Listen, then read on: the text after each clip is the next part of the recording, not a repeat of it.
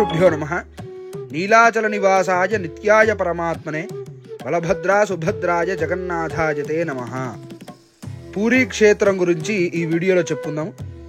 స్వామివారు ఎలా ఉద్భవించారు ఇక్కడ, ఇంకా స్వామివారు ఇక్కడికి రావడం కోసం ఇంద్రద్యుమ్నుడు చేసినటువంటి త్యాగాలు ఏమిటి, ఇవన్నీ కూడా ఈ వీడియోలో చెప్పుకుందాం. పూరి అనే పదం పురుషోత్తమ క్షేత్రం అనే నామం నుంచి తీశారు. కొన్ని సంవత్సరాలకి పురుషోత్తమ క్షేత్రాన్ని పూరిగా పిలుచుకున్నారు. ఆ తర్వాత పూరి అనగానే అందరికీ గుర్తుకు వచ్చేది స్వామివారి రథయాత్ర. సుభద్ర బలభద్ర సమేతంగా జగన్నాథ స్వామివారు దేవాలయం నుంచి తన పిన్నిగారైనటువంటి మౌసీమాదేవి వద్దకు వెళ్ళి ఒక 10 రోజులు బస చేసి ఆ తర్వాత బహుడా యాత్రగా అంటే రిటర్న్ స్వామివారి దేవాలయం వద్దకు వచ్చి అందరికీ దర్శనమిస్తారు 10 రోజుల తర్వాత. దీన్నే రథయాత్రగా పిలుచుకుంటూ ఏటా అత్యంత అద్భుతంగా చేసుకుంటారు. ఆ యొక్క రథయాత్రకి 25 లక్షల మంది దాకా వస్తారు. నేను 2022 రథయాత్రలో పాల్గొన్నాను. ఆ విజువల్స్ అన్ని ఒక వీడియో చేసి ఈ ఛానల్లో పెట్టాను. నేను డిస్క్రిప్షన్లో లింక్ పెడుతున్నాను, చూడొచ్చు. అయోధ్య మధురామాయ కాశీ కాంచీ హ్యవంతిక పురీ ద్వారవతీ చైవ సప్తైతే మోక్షదాయికా అని మనం పూర్వం వీడియోల్లో కూడా చెప్పుకున్నాము. సప్తమోక్ష క్షేత్రాల యొక్క శ్లోకం ఇది. ఇందులో పూరి కూడా ఒక క్షేత్రమే కాబట్టి ఇక్కడ పుణ్యకార్యాలు చేస్తే అత్యంత వృద్ధి చెందుతామని చెప్పి పురాణాలు చెప్తున్నాయి. శిల్పశాస్త్రంలో 3 రకాలుగా దేవాలయాలను నిర్మించడం ముందు నుంచి చెప్పుకుంటూనే వస్తారు. ఏంటంటే అది ద్రావిడ, వేసర, నాగర, ఈ 3 విధాలుగా దేవాలయాలు నిర్మిస్తారు. అందులో ఈ పూరీ క్షేత్రాన్ని నాగర అనేటటువంటి నిర్మాణ శైలిని పాటించి ఈ దేవాలయాన్ని నిర్మించారు. ఈ దేవాలయంను జజతి కేసర అనే కళింగ రాజు 11వ శతాబ్దంలో నిర్మించారు. ఆ తర్వాత కొంతమంది రాజులు ఇంకా నిర్మాణం చేసుకుంటూనే వస్తున్నారు. ఈ వీడియోలో ఉన్నటువంటి శ్లోకాలు ఇంకా పూరీ క్షేత్ర మహాత్మ్యం ఇదంతా కూడా పూర్తిగా స్కాంద పురాణంలో చెప్పారు. వైష్ణవ ఖండంలో పురుషోత్తమ క్షేత్రం అనే ఉపఖండం ఉంది. అందులో మళ్ళీ ఒక 40 ఉపఖండాలు ఉన్నాయి పూరీ గురించి.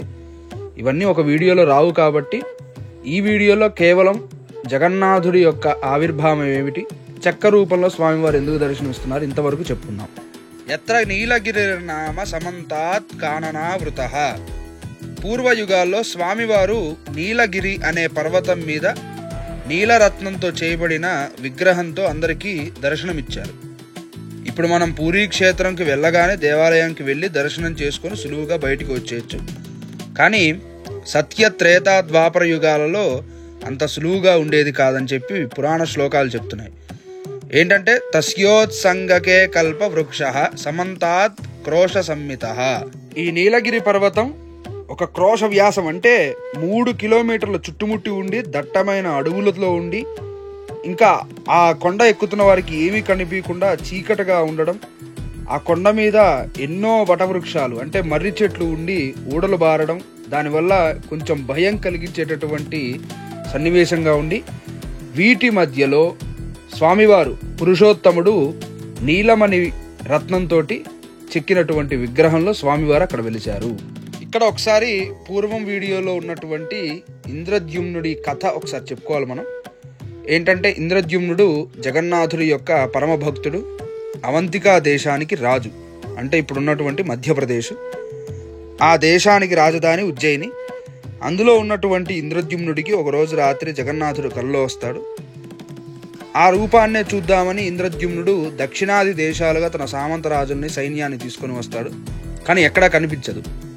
ఎందుకంటే అదే విగ్రహాన్ని చూడడం, జనాలందరూ కూడా స్వర్గానికి వెళ్ళడం, ఇదంతా చూసిన యముడికి కొంత బాధ వేసి దేవాది దేవతలైనటువంటి ఇంద్రుడి వద్దకు వెళ్ళి, స్వామి ఈ విగ్రహాన్ని చూడడం, అందరూ కూడా స్వర్గానికి వెళ్ళడం ఇది నాకు నచ్చట్లేదు, కొంచెం నాకు న్యాయం చేయండి అనడంతో ఇంద్రుడు బ్రహ్మ విష్ణు మహేశ్వరులు ఇంకా అందరి దేవతల అనుమతితోటి అక్కడ ఉన్నటువంటి విగ్రహాన్ని కాలగర్భంలో వేసేస్తారు. అందుకే ఇంద్రద్యుమ్నుడికి అక్కడ విగ్రహం కనిపించదు. ఆ తర్వాత ఇంద్రద్యుమ్నుడిని చూసి నారదుడు అక్కడికి ప్రత్యక్షమవుతాడు.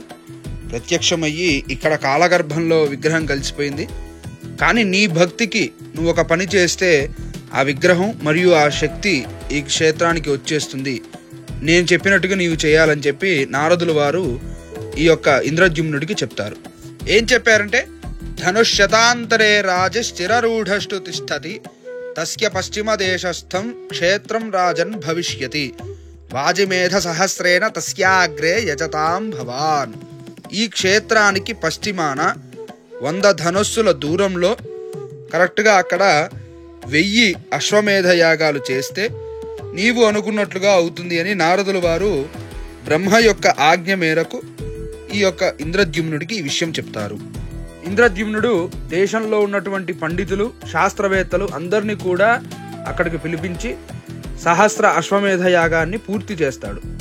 పూర్ణాహుతి అయిన తర్వాత అక్కడికి ఉన్నట్లు ఉండి ఒక పెద్ద మర్రి చెట్టు వచ్చి పడుతుంది సముద్రపు ఒడ్డున.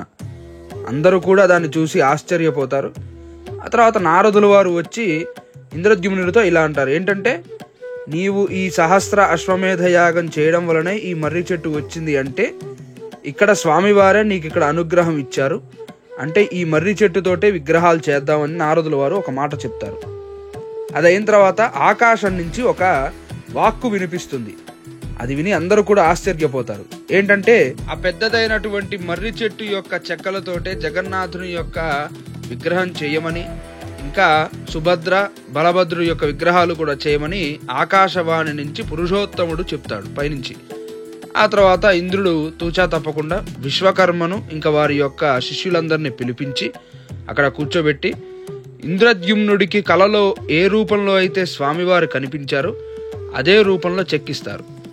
ఇక్కడ అత్యంత మర్మమైన విషయం ఏమిటంటే, ఇంద్రద్యుమ్నుడు ఒక వృద్ధ శిల్పిని అక్కడికి పిలిపిస్తాడు. ఎందుకంటే తన కలలో వచ్చినటువంటి పురుషోత్తముడు అలానే ఇక్కడ విగ్రహ రూపంలో ఉండాలి, అలానే అందరికీ దర్శనం ఇవ్వాలని చెప్పి ఆశతోటి అనుభవం అయినటువంటి ఒక వృద్ధ శిల్పిని అక్కడ పిలిపిస్తాడు. ఇక్కడే అసలైన అద్భుతమైనటువంటి ఒక రహస్యం ఉంది. వంచనార్థం మనుష్యానాం సాక్షాన్నారాయణో విభు మూర్తి ఘటనార్థం వృద్ధవర్ధకి సమాగమో పురుషోత్తమ. అప్పటికి అక్కడికి పురుషోత్తముడు వచ్చేసి జనులందరికీ దర్శనం అతని రూపంలో ఇచ్చేసి అందరికీ ఆశీస్సులు ఇచ్చేసి, ఇంకా అదే పురుషోత్తముడు ఆ వృద్ధ శిల్పిలోకి ఆవహించి తన విగ్రహాన్ని తనే చెక్కున్నాడు. ఎందుకంటే ఇంద్రద్యుమ్నుడి కలలో పురుషోత్తముడు ఎలా వచ్చాడు అనేటటువంటిది పురుషోత్తముడికే పూర్తిగా తెలుసు. కాబట్టి తన విగ్రహాన్ని తనే చెక్కుకోవడానికి ఆ శిల్పిలోకి పురుషోత్తముడు వెళ్ళిపోయాడు. అంత గొప్ప విషయం ఇది.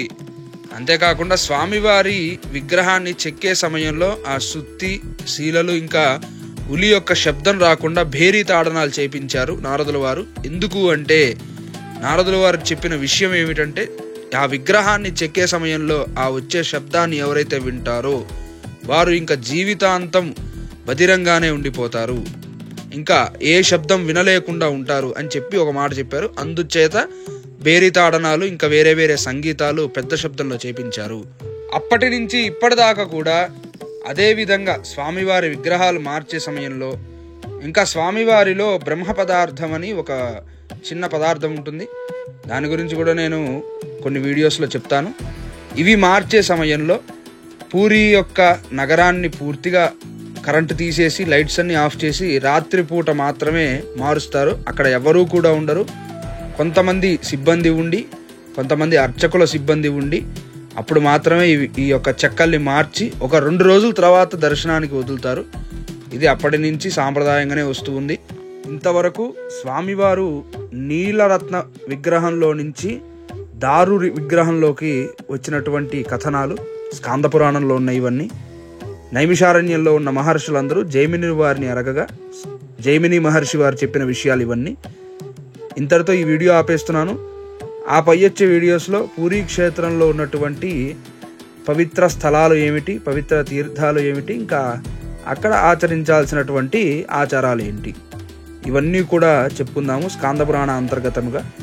ప్లీజ్ అందరూ కూడా ఈ వీడియోని షేర్ చేసి, లైక్ చేసి, సబ్స్క్రైబ్ చేస్తారని భావిస్తున్నాను. జై జగన్నాథ్.